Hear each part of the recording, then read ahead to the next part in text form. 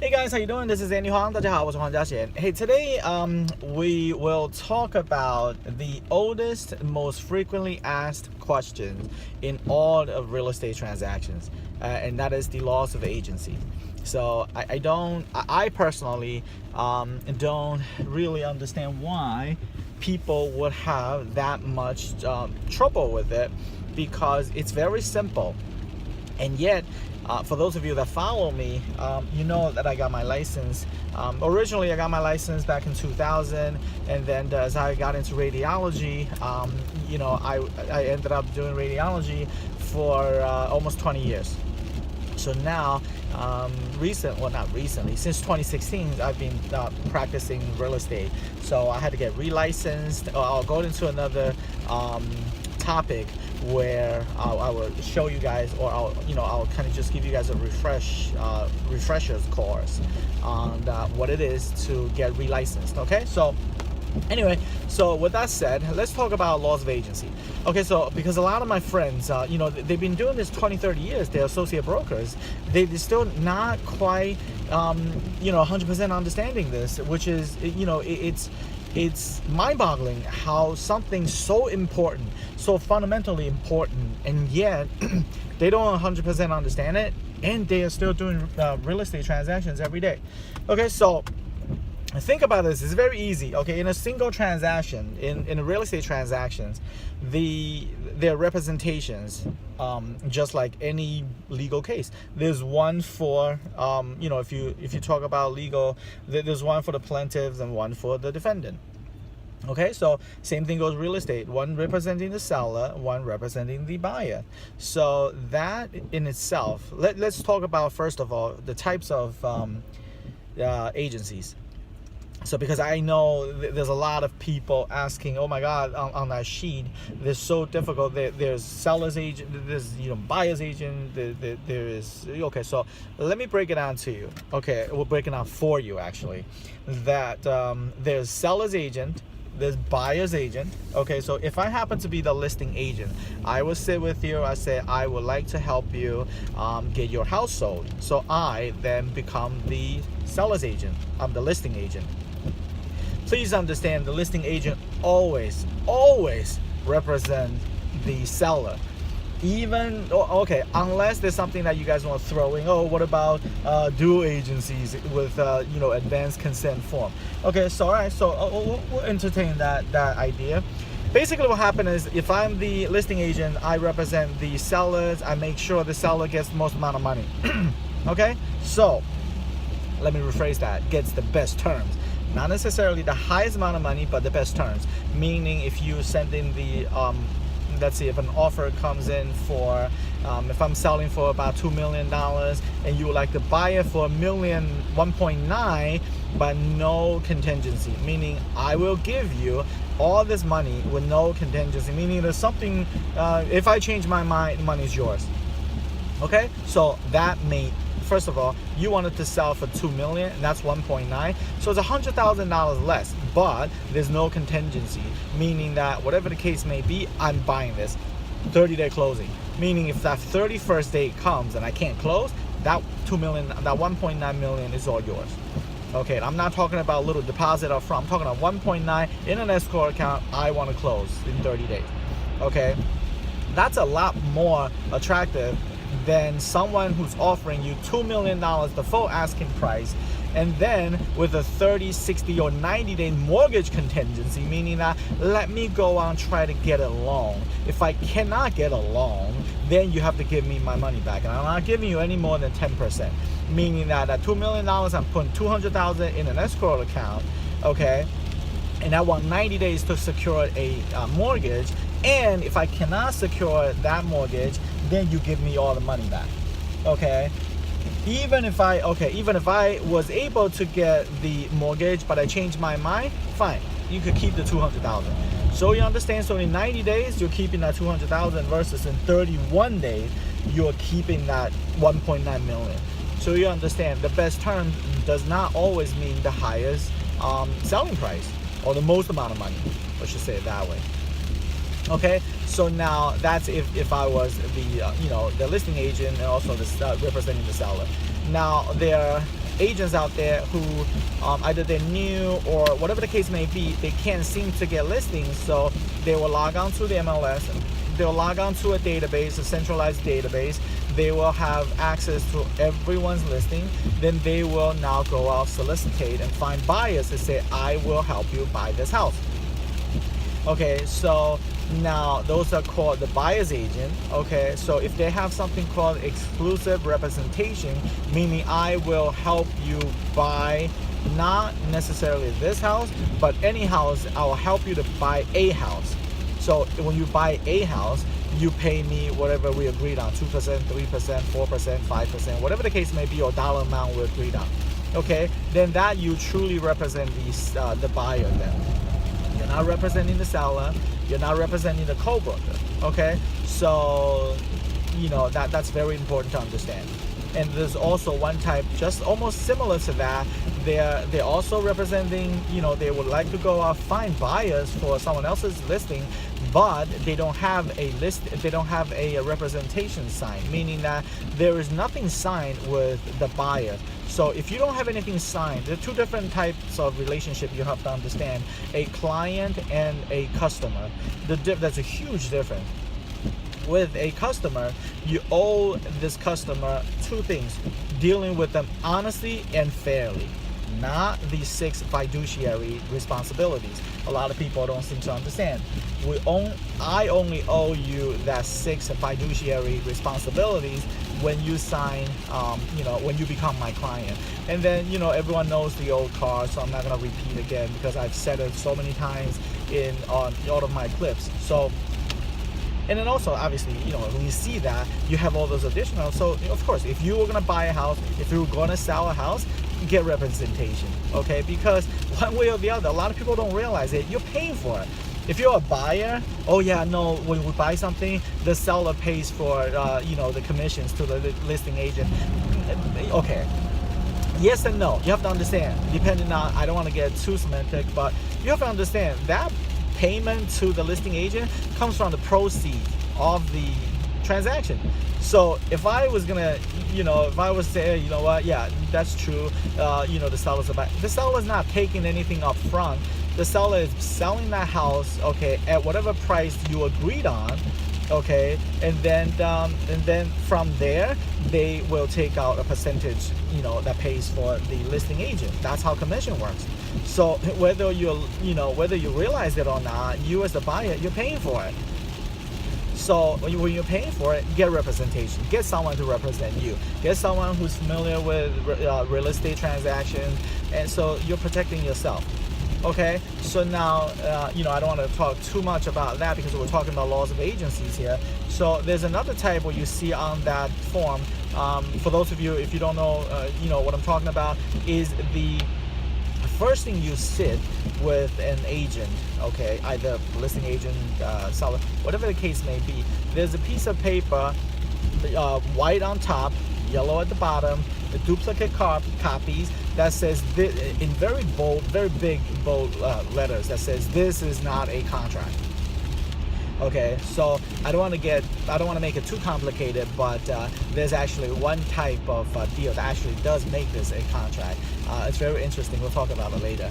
So this basically tells you this is not a contract. You're under no obligation to do anything. This is simply my way of telling you who it is I am helping or I am playing the games for. Okay, think of it as a baseball game or a basketball game or a football game, whatever it is easy for you to relate to. In a game, there are two sides wearing different uniforms. That's basically me telling you or asking you, which uniform do you want me to wear? Do you want me to play with you, for you, or against you? Okay, so that's basically what it is. All right, so now if you take a step further, there's something called a dual agency. Well, the dual agency most likely will only happen if you're the listing agent and you have someone that comes in and say, I want you to, Uncle Sam there, I want you to buy me that house. Well, here's what it is. Because remember, guys, I am the listing agent. I signed the listing agreement with the seller already. So I have one client. So meaning that I will do everything for the seller.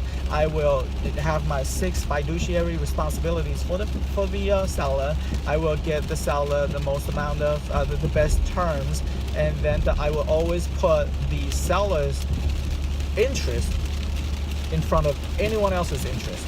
So if you understand that relationship, how do you now do the same thing with the seller? I mean, with the buyer then?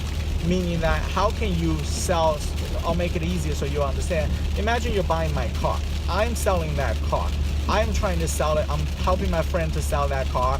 I promise my friend I will get the most amount of money or the best terms for that car. Now you come along, you say, I would like you to represent me also buying that car. Well, so here's the thing. I'm helping my friend to get the most amount of money or the best term possible on that car. Now, as a buyer, you are the opposite. You want to pay the least amount of money or something that's favorable, to you.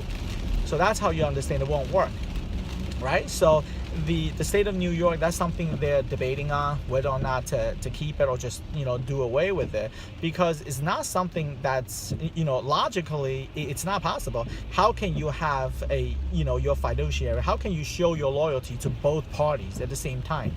Okay, this is not some CIA espionage where you say to both, I will have loyalty, undivided loyalty to you, and turns around and say to you, and meanwhile to myself. All right, so that's what happened. That only happens when you have the listing agent, and someone comes in and says, I want you to represent me. So now there's another one called the dual agency with designated agents. That simply means that it's your, remember, every listing you bring back to the office, it belongs to your broker. So it's the brokerage's listing. So now someone comes in to your broker and say, I would like your firm to represent me buying a house. So that changes the whole concept now, because now that whole relationship is not with you, but now with your broker. So now, because it's your broker's listing, now your broker has to find someone and say, you go represent the seller and you go represent the buyer. Again, it really doesn't work, because in the office, how do we not talk? How do we not? I'll give you a very simple example, and then you'll understand why we treat this very seriously. The things you say or things you think that has nothing to do with the transaction will impact it tremendously. I'll give you an example.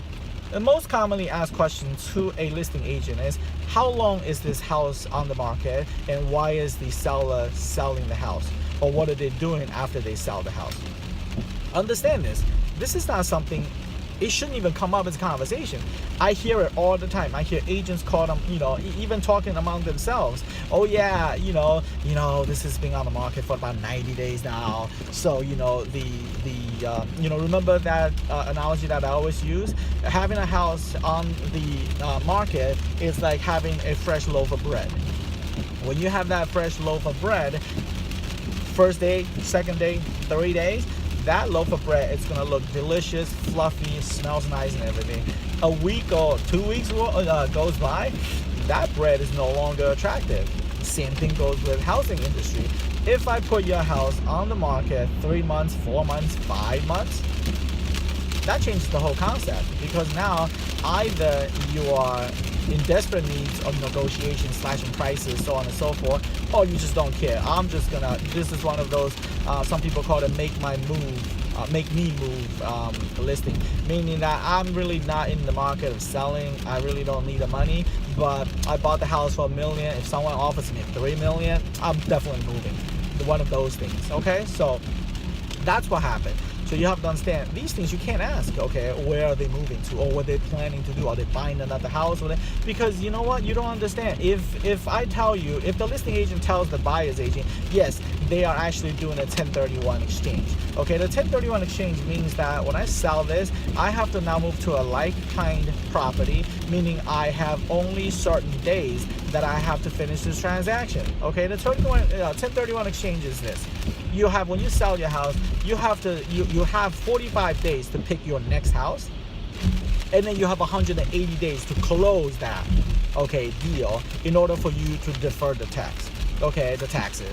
People, please understand, 1031 is not, you're not paying for taxes. It's simply you're paying it later. That's why it's called like-kind exchange, and it's a tax-deferred program. It is not a tax-free program. Please understand that. A lot of people ask me, oh yeah, the 1031, it's something where I don't have to pay taxes. Well, okay, and no, that's it, period. I said, no, then it's wrong. You are paying for it, not now, but yeah, it's not like you're not paying ever. When you do sell your next house, and you know, unless you keep on doing this, unless the government decides to extend this 1031 over and over and over, yeah, eventually you're gonna have to pay. The difference is, remember, when you pay taxes, it's like, think about it as a an IRA.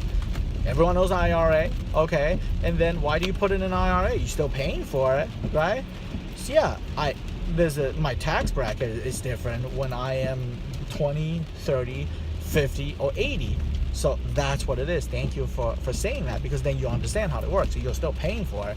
The reason why you push it down is because when your tax situation may change, or you simply don't have you know, enough cash, whatever the case may be, that's what it means. Okay, so all right, so I know I kind of off topic a little bit, but I think it's very important for you to understand this part. Okay, so that's why. So kind of recap. Okay, we don't want to go too you know, too far away from the topic. We were talking about the laws of agency for those of you that are following us right now. So the laws of agencies are this: you're representing the sellers, you're representing the buyer, or in the case of do it agency, you're representing both the seller and the buyer. And then you know, a do it agency would designate the agent. Just means that it's your brokerages listing. You have one agent representing the seller and one agent representing the buyer. Okay, so then also please understand that under no circumstance is the listing agent working for the buyers exclusively. No, it would never happen. Okay, so that's what happened. Okay, so now you know, if you still have any questions, again, now if you see it, it's very easy. It's basically telling someone, hey, this is what happened, who it is I'm playing for. Okay, and then based on that, you should understand, okay, I'm sitting there in an open house as the listing agent. Please understand, I will never, or you know what, I should never.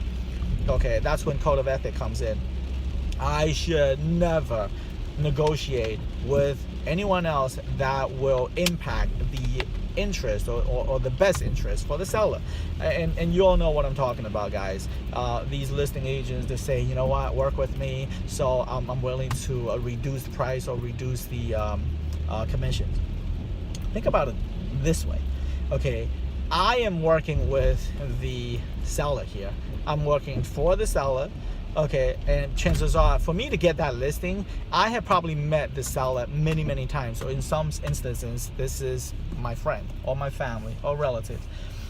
So that's the relationship I have with the seller. Do you think, as a buyer whom I have never met you in my life, simply because you walk into that house, property, apartment, whatever it is, and say, I would like to buy it, and I would like you to cut commission, or I would like you to sell it cheaper for me?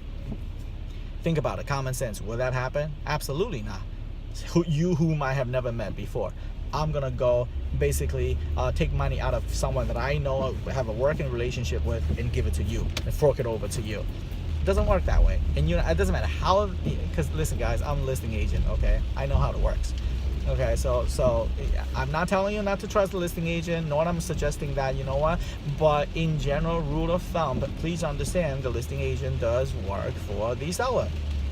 Unless you have another agreement signed with the listing agent, and in this case, then that agent becomes a do-it agent, and that has to be, you know, in the state of New York, something called advance consent form, meaning I have to tell you up front, I represent the seller.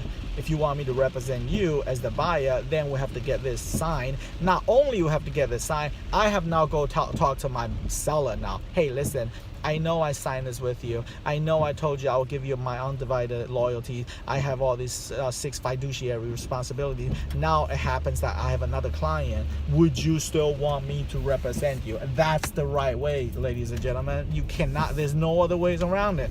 You can't say, oh, I'm going to secretly, you know, still represent the seller, and now because of this agreement, I will represent the buyer too. No, it does not work that way. All right, so please understand, I know this takes about 20 minutes already, but believe me, the laws of agency, the legal side, all that stuff, I have spent, for those of you that follow me on my social media, I'll take a few minutes to let you know what my designation means.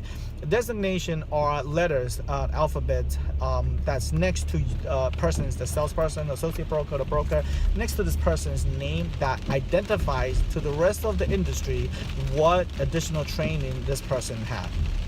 Okay, the easiest way that I made the example, the analogy is, think about everyone who sells real estate is a doctor, internal medicine doctors. Okay, some will choose to go additional training and becoming a subspecialty doctors, surgeons, so on and so forth. And you understand with different types of subspecialty, either pediatricians and OBGYN or neurosurgeons, which each one, it gets progressively difficult than the next. Okay, so that's basically what it is. All right, so now, for example, if you look at my business cards, if you look at anywhere, any social media that I do business, I advertise my business, you will see that I have something called a GRI. GRI is the Graduate of Realtors Institute. That's the highest. I don't want to say highest just based on that. Okay, I'll give you each one. I'll let you know what it is because I don't want you to think, hey, yeah, you're biased. Okay, I'll give you each one just as simply what they actually mean. So the GRI, as I mentioned, is Graduate Realtors Institute, and that's for a realtor who's got an in-depth understanding of 8 specific fields of the transaction. That includes the buyers, the sellers, the properties, and the laws of agencies and legal side, the business sides, and and ethics. Okay, so not only we have to take those courses, that's a core courses of 60 hours. The DOS also requires the agent to take additional 30 hours of training. Okay, it's called electives. Okay, kind of works like the college credit. So to think about it this way, anyone that you see out there calling themselves a salesperson, real estate salesperson, that person has 75 hours of training. Okay. Oh, this is why I wanted to also let you know what we were talking about before. I will talk about later. For those of us had our license earlier, it was less than that. It was a lot less than that.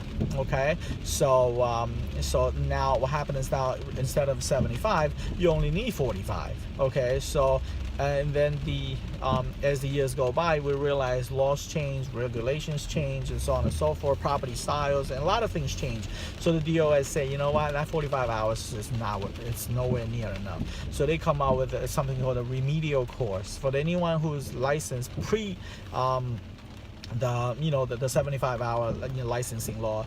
You can have a remedial course for 30 hours, but be very careful. We don't when you take the DOS, when you take the state exam and also the school exam, understand is we're testing you for all 75 hours worth of material, not just the 30. So if you've been doing this for a long time, like 20 years, 30 years, please, I strongly advise you to go sit through that course, that 75 hours it's called a salesperson qualifying course. Sit through it because you will be tested on the things that you don't remember anymore. Simply put it that way.